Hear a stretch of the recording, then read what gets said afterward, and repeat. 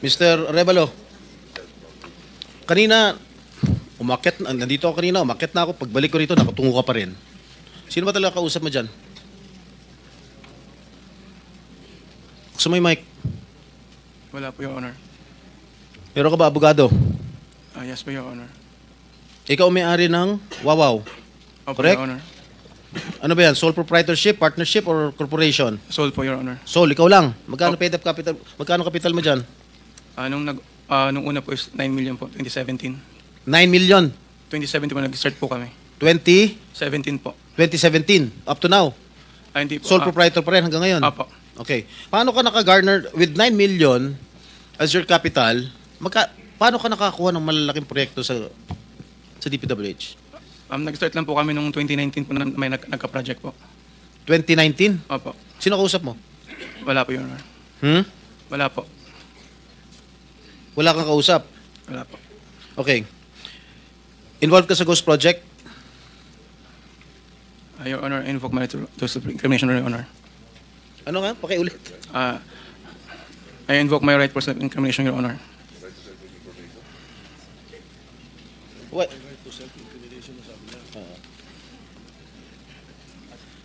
Senator Jinggoy. Malinaw Mr. Chair. Pwede bang... linawin muna natin yung sinabi kasi ang narinig ko, I invoke my right to self-incrimination.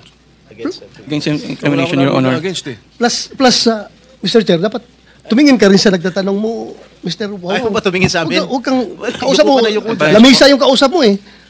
Senador yung nagtatanong sa'yo. Harapin mo rin. Thank you, thank you. Anong pangalan niya? Arevalo. Mr. Arevalo, meron kang abogado? Yes po, Your Honor. Is he here? He can give you legal advice. Yes po. Yeah. Nandiyan ba, abogado mo? Nasaan ang abogado mo, Mr. Arevalo?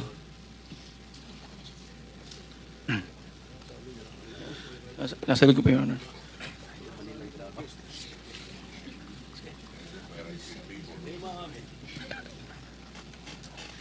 Hindi po.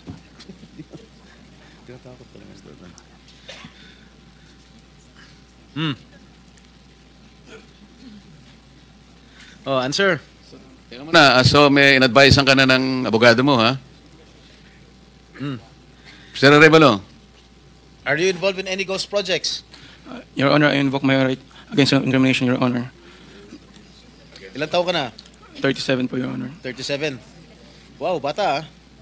Bago ka pumasok sa mga kontrata sa gobyerno, ano trabaho mo dati? May mga, may nasa construction company po ng kamag-anak po. Kamag-anak mo? Gaano kalapit yung kamag-anak mo? Tatay mo ba yan? O pinsan? Tsuhin? Mga kamag-anak lang po, tita po. Nga, sino ang kamag-anak? Unahin kamag-anak. Tita po. Ha? Mga tita po. Tita mo? Po.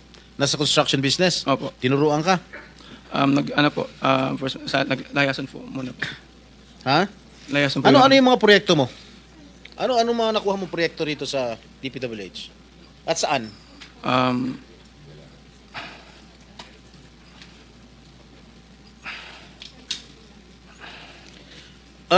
Mr. Arevalo, alam mo, malamig ulo ko ngayon ha. Pero pag ikaw, tumingin ka ng tingin na sa cellphone mo, hindi ko alam kung ano binabasa mo dyan, humarap ka sa amin. Opo. Yes po, Your Honor. Ikaw may-ari nito, di ba? Yes po, O Your di Honor. dapat alam mo. Ano yung mga proyektong na-awardan sa inyo ng DPWH? At saan-saan? Ano po, Your Honor? Hindi ko po na alam po yung exact number po. Gusto mo ako magbigay sa'yo? Kung saan-saan yung mga project mo? Gusto mo ako magsabi sa'yo? Come on. You're wasting our time. It's already 1:45. May session pa kami alas 3. At marami pa magtatanong. That is what I was trying to advise everybody. Kasi po, gagamitin sa session mamaya ito, 3 o'clock. Kaya nililimit po namin ang sarili namin na magtanong. So, Mr. Chair, Senator kung hindi naman Jinggoy, sumasagot ito hindi sumasagot agad-agad ito, how can you deduct it from my time? Hey, Mr. Arevalo, sumagot ka Yes po, agad. Your Honor. Ha? Yes po. Oh, alin-alin yung mga proyekto na na-awardan sa'yo ng DPWH? At saan-saan to? Meron po kaming sa QC po, sa Metro Manila First. Meron din po sa Quezon. Bulacan. Your Honor, I invoke my right against self-incrimination, Your Honor. Anak ng patingo. Tinatanong ko, how can my question incriminate you? Tell me. Tinatanong ko lang saan yung proyekto mo? I invoke my right against self-incrimination? Sorry po, Your Honor. Ha? How can that incriminate you? Tell me. Pinapainit ng ulo namin dito eh. May incriminate siya kasi nga, hindi niya may tuturo kung saan dahil ghost project siguro. Oh, Dahil po may mga usapin na na may mga allegation po na mayroon nga pong anomalya. Kung magsasalita po ako, pwede po magamit laban sa akin. oo nga. Simple lang naman. Wala na ako tinatanong sa'yo kung ano. Tinatanong ko lang, saan itong mga proyektong na-awardan sa'yo ng DPWH. Ang dami mong binanggit na probinsya. Quezon. Ano pa? Ano binanggit niya? QC. Karamihan ito, Bulacan eh. Ba't di mo mabanggit ang Bulacan? Ha? Meron ka pa nga San Juan eh. Hindi po binabanggit eh. Ha? Metro Manila First po yun, Your Ano? Honor. Sa Metro Manila First po yun, Your Honor.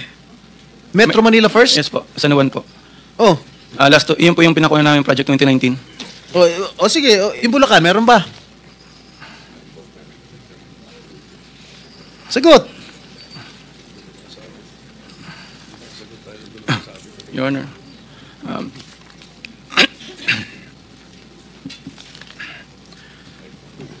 Uminom ka ng tubig. Oh, ilan? Ilan? Di ko pa sigurado, Your Honor. Oh, dito base sa record namin, meron kang 42 projects sa Bulacan. Meron kang 42 projects sa Bulacan. Yung bulk ng na-award na contract sa inyo ng DPWH, ang bulk mo nasa Bulacan. 42. Ha? Dalawa sa San Juan. Dalawa yata sa Quezon. Meron sa Ilocos Norte. Meron sa Caloocan. Meron sa Laguna. Yan, Bulacan lahat to. San Juan. Quezon City. Tsaka identical ang presyo, ha? Identical ang mga presyo dito. 77 million, 77 million, 72 million, 72 million. Sino ba? Bakit ganun? Oh, Lahat ba last and final question. Lahat ba ka ng 42 projects above, how Above? much? Yeah, 42 projects Bulacan, meron 90 million. Kaya nga above 50? Yes, about 50 million. Lahat. So, Mr. Arevalo, kung 42 projects ito, 42 plunder cases ito eh. Kanina sinasabi namin sa inyo, kung nakikinig po kayo, makikipag-deal kami sa inyo na po pwedeng hindi na kayo ipoprosecute criminally, magturo na lang kayo. Kasi sa palagay namin, hindi kayo ang most guilty. Kapag nakapagturo po kayo ng mga kasangkot talaga dyan, na talaga sila naman ang talagang talamak na sa paggawa nito, anong malay ninyo? Baka imbes na criminal prosecution, wag na yun. Bayaran nyo na lang ang gobyerno, pero magturo po kayo. Para meron po tayong kapuntahan talaga. Kasi kung ganito na lang tayo ng ganito, ikutan ng kito, mapipilitan po, puro plunder. Harapin po ninyo, 42 plunder cases. Hindi po fair sa inyo yun eh. Alam namin, hindi lang kayo ang sangkot dyan. Marami ang kasangkot dyan. Kaya, yung abogado po siguro nag-advise sa inyo kung nakikinig. Tingnan nyo rin po na maganda rin offer para sa amin ito. Makakatulong pa kayo sa bansa. Matigil na po ito.